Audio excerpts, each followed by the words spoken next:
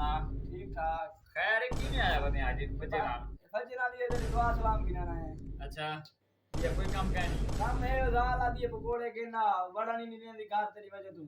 क्यों हां वादी बासी दा पकोड़े ना खावा ते मेरे को नींद नहीं आंदी रात को।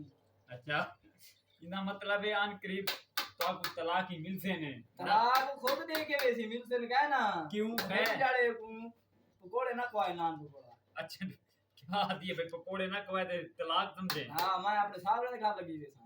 चल चलो तो मारे करो तो एक गिद्दी क्या करो ना हे कुल वसा मैंने पानी लावण चू पैसे मिले तो देखो साल बाद फुटी चण मैंने फुटी चण आ के आसन ते वाली तू साथ में खाता ला के चल मार कितनी हो मैंने कोई दे जा कोई 5-6 दे जा यार। और शाम को पैसे मरे दे हां शाम को लाजमी दे। चलो ठीक है देना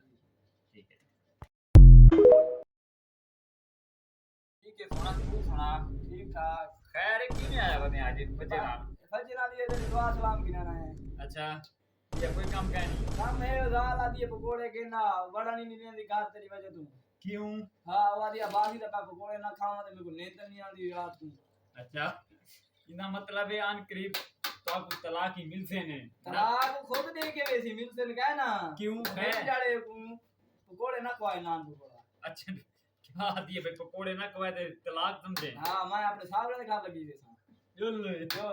चलो तो मारे करो तो एक गिद्दी क्या करो ना हे कुल वसा मैंने पानी लावण चू पैसे मिले तो देखो साल बाद फुटी चण मैंने फुटी चण आ के आसन ते वाली तू साथ में खाता ला के।